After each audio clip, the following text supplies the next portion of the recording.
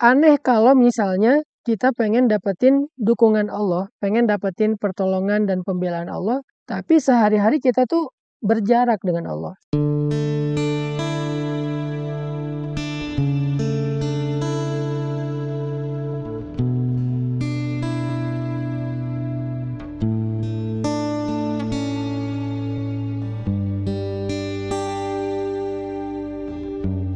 Teman-teman, gimana cara ngelibatin Allah kalau misalnya kita lagi ada masalah sama orang lain? Kayak misalnya kita lagi ribut sama seseorang karena salah paham, atau mungkin dia yang bersikap jahat atau nggak baik kepada kita.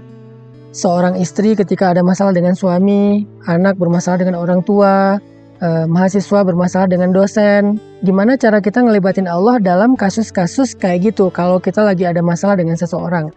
Kita belajar dari Sayyidah Hafsah ketika beliau ada masalah dengan suaminya, yaitu Rasulullah SAW, sampai kemudian Hafsah melibatkan Allah dan Allah membela Hafsah untuk meminta Rasulullah merujuk Hafsah. Itu tuh keren banget loh, dan kita pengen belajar bisa kayak gitu. Artinya bukan hanya dibela sama Allah, tapi juga Allah membantu kita menyelesaikan masalah kita. Jadi kita bukan berharap ketika Allah terlibat, Allah jadi menghukum orang lain karena kita, bukan. Tetapi lebih berharap kayak Allah ngebela kita atau memperbaiki urusan di antara kita dengan orang tersebut. Gimana cara melibatkan Allah kalau kita sedang punya masalah dengan seseorang?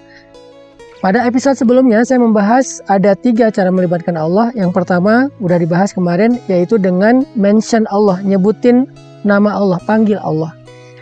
Nah, di episode ini tips yang kedua cara ngelibatin Allah dalam hidup kita adalah dengan mendekat kepada Allah.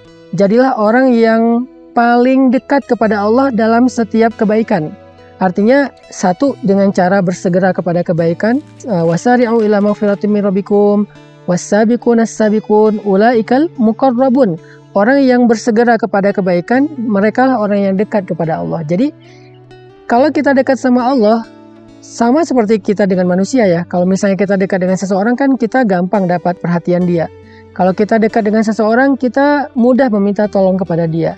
Tapi kalau kita jauh, kita nggak kenal, kita malah menjaga jarak dengan orang tersebut, ya kalau misalnya kita lagi ada masalah, susah banget minta pertolongan dari dia, apalagi dapat perhatian dia. Maka begitu juga dengan Allah. Kalau ke manusia kita menganggap itu hal yang wajar, harusnya kepada Allah lebih wajar lagi. Aneh kalau misalnya kita pengen dapetin dukungan Allah, pengen dapetin pertolongan dan pembelaan Allah, tapi sehari-hari kita tuh berjarak dengan Allah. Sehari-hari kita tuh menjauh dari Allah. Sehari-hari kita tuh menghindar. Allah panggil, kita nggak datang. Allah kasih petunjuk, kita tolak. Ini aneh kalau misalnya tiba-tiba kita minta pembelaan, dukungan, dan pertolongan dari Allah. Makanya tips kedua, cara ngelibatin Allah dalam hidup kita itu belajar mendekat sama Allah. Belajar untuk jadi orang yang layak diperhatikan oleh Allah. Gimana caranya? Tadi yang pertama, was-sabiquna as-sabiqun ulaikal muqarrabun. Jadilah orang yang semangat dan berlomba-lomba dalam kebaikan. Jadi kalau misalnya kita tahu ada satu peluang kebaikan, kita ambil tuh peluang kebaikan. Jangan mikir panjang. Kita lakukan tuh kebaikan saat itu juga. Jangan ditunda-tunda. Kenapa? Karena orang yang bersegera dan berlomba-lomba dalam kebaikan, kata Allah, ulaikal muqarrabun. Mereka itulah orang yang dekat di sisi Allah.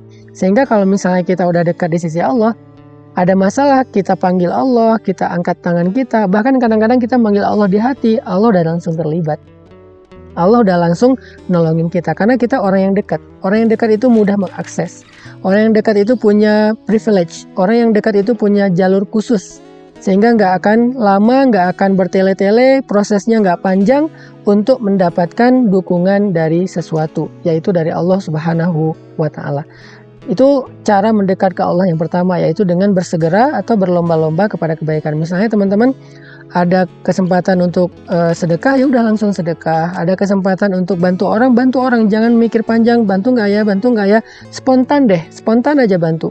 Karena kalau kita udah biasa spontan dalam kebaikan, udah biasa segera dalam kebaikan, kita itu muqarrabun, orang yang dekat di sisi Allah. Yang kedua, cara mendekat kepada Allah itu adalah dengan melakukan amalan-amalan yang paling Allah suka, yang paling istimewa di sisi Allah.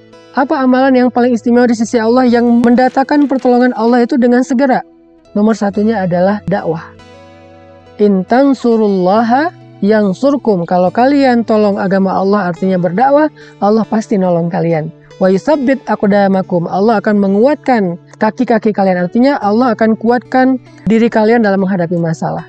Jadi ternyata amalan yang paling Allah suka dan cepat sekali mendatangkan pertolongan Allah itu adalah kalau kita membela agama Allah dalam dakwah. Artinya gimana? Kalau misalnya kita ngelihat ada seorang ustadz yang punya program, mau bikin pesantren, mau bikin lembaga pendidikan yang gratis, mau bikin program dakwah, kita support ustadz tersebut, kita support ulama tersebut dengan niat karena ingin membela agama Allah, memanggungkan agama Allah, mendukung agama Allah, maka Allah pasti akan membela, memanggungkan kita dan mendukung kita. Itu janji Allah, in tansurullaha yansurkum. Kalau kamu tolong agama Allah, Allah menolong kamu dalam kehidupan kamu.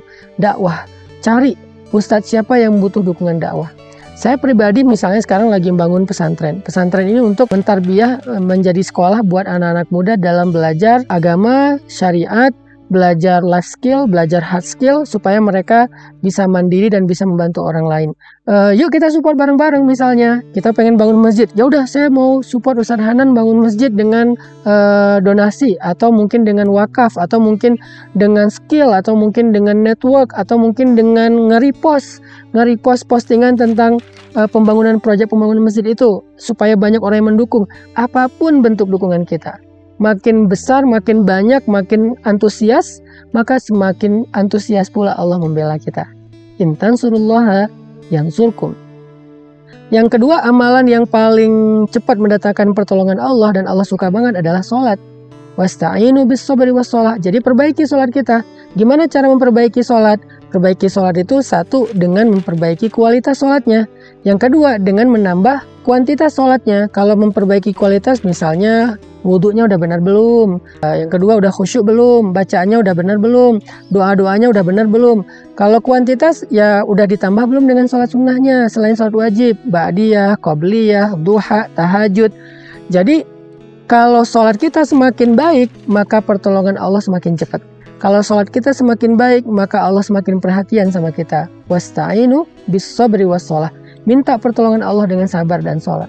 Jadi libatin Allah itu cara yang kedua adalah dengan mendekat kepada Allah. Cara mendekat kepada Allah, satu, lakukan kebaikan secara segera. Yang kedua, pilihlah amalan-amalan yang Allah suka. Dakwah, sholat itu diantara amalan-amalan yang cepat banget mendatangkan pertolongan Allah. Maka dua tips ini saya pikir udah menjadi sebuah life hacks atau menjadi sebuah motivasi buat kita untuk melibatkan Allah dalam kehidupan kita. Saya ulangi lagi, yang pertama, cara melibatkan Allah, mention Allah, panggil Allah, sebut nama Allah di awal kita melakukan sesuatu. Cara yang kedua adalah mendekatlah kepada Allah. Cara mendekat kepada Allah itu satu, dengan bersegera kepada kebaikan, jangan ditunda-tunda, spontan, konsisten. Yang kedua, cara mendekat kepada Allah dengan melakukan amalan yang Allah paling suka dan cepat banget mendatangkan pertolongan Allah. Salah satunya yang paling luar biasa, dakwah, bela agama Allah, membantu agama Allah lewat mensupport para ulama. Dan yang kedua, dengan memperbaiki sholat, memperbaiki kualitas sholat dan memperbaiki kuantitas sholat, meningkatkan kuantitas sholat, meningkatkan jumlah rakaatnya setelah yang wajib tambah yang sunnah. Mudah-mudahan dengan kayak gini kita udah bisa melibatkan Allah dalam masalah kita, sehingga kita mendapatkan apa yang didapatkan oleh Sayyidah Hafsah ketika beliau ada masalah dengan suaminya, yaitu kekasih Allah Rasulullah SAW. Allah justru membela Sayyidah Hafsah dan menyelesaikan masalah di antara beliau dengan suaminya. Barakallahu fikum.